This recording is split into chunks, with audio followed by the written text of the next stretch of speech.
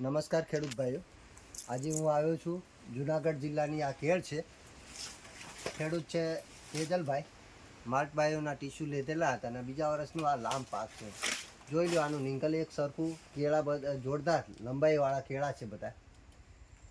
અને 1 2 3 4 5 6 7 8 9 10 11 12 13 14 15 16 17 પંજાની આ લૂમ છે. અત્યારે રાખવાની છે અમારે 10 11 જ. કેળ એકદમ જોરદાર. એનું થડ જુઓ તમે, થડ જોજો, થડની સાઈઝ જુઓ. 42 થી 44નું થડ હશે. આ એવું થડ સાઈઝ છે, જોરદાર મોટું થડ છે. હાઈટ પણ જોરદાર ગયેલી છે. વેરાયટી બહુ જોરદાર છે. જોઈ લો, આ લૂમ પણ જુઓ.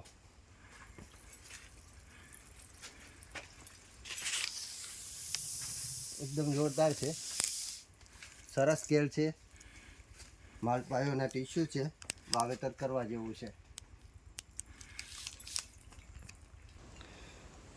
મારી સાથે છે તેજલભાઈ, જેમને આપણે પૂછીશું કે આ માલપાયોના કેળ કેવી છે. તમારું નામ?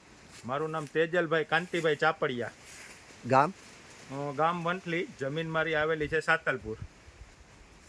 તમે આ કેળની ટ્રીટમેન્ટ જે કરી છે, તમે પોતાના અનુભવથી કરેલી છે, પ્લસ માલ્ટબાયોના સાહેબની સજેસ્ટ કરેલા ખાતરનો ફર્ટિલાઇઝરનો ઉપયોગ કર્યો છે, તો તમે તમારી રીતે શું કહેવા માગો છો? મને મલ્ટબાયોના સાહેબનો જે સજેસ્ટ કરેલું એ ટ્રીટમેન્ટ મેં કરેલી છે. અને બીજા નંબરમાં મેં મારી રીતના જાત મહેનતે બીજા ફર્ટિલાઇઝર આ તે મેં આપી અને મેં અત્યારે આ પોઝિશન ઉપર મારે અત્યારે લૂમવું છે. અને આ મારું બીજા વર્ષનું લામ છે.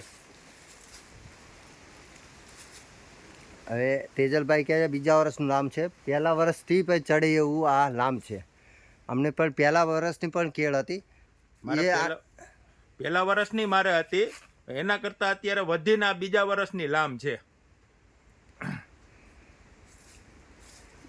અત્યારે આ નિંગલ લગભગ કેટલા ટકા પડ્યું હશે તેજલભાઈ? અત્યારે મારે લગભગ આ 60 થી 70% નિંગલ પડી ગયો છે.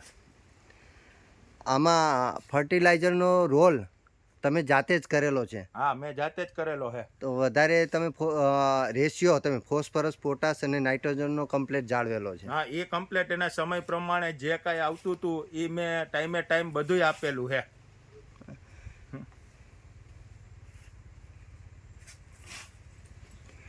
જોઈ લો, એક સરખી જ લૂમ છે બધી. પાછળ છે આ નિંગલ પડતા જાય છે.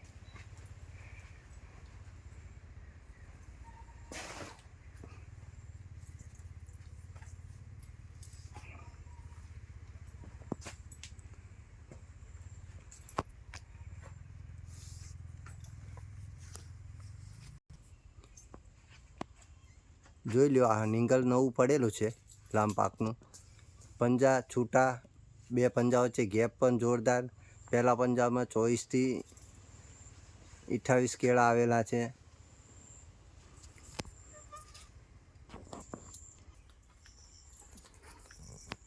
તેજલભાઈ, હા, આ માલ્ટબાયોના ટીસ્યુમાં વિશે તમે ખેડૂતને શું કહેશો કે આમાં કેવી રીતે ટ્રીટમેન્ટ કરવી જોઈએ? આમાં આમ જોઈએ ને તો મારે થોડીક કેળું નબળી થઈ ગઈ હતી, પણ મેં મારી જાતે અને મારી રીતના મેં ફર્ટિલાઇઝર 1 વીક જવા નથી દીધું. ફોસ્ફરસ, પોટાશ, નાઇટ્રોજન જે આને જરૂર હતી એ મેં મારી રીતના પૂરું પાડી દીધું છે. અત્યારે તમે લૂમ જોઈ શકો, એક સરખી બધી લૂમો છે. અહીંયા ઊભા રહ્યો તેજલભાઈ, જો લૂમ કેટલીથી આવી છે. એમનો માથા ઉપરથી છેક લૂમ આવેલી છે. હાઈટ પણ ગઈ છે, પણ કેળા બધા એક લેન્થવાળા લંબાઈ છે.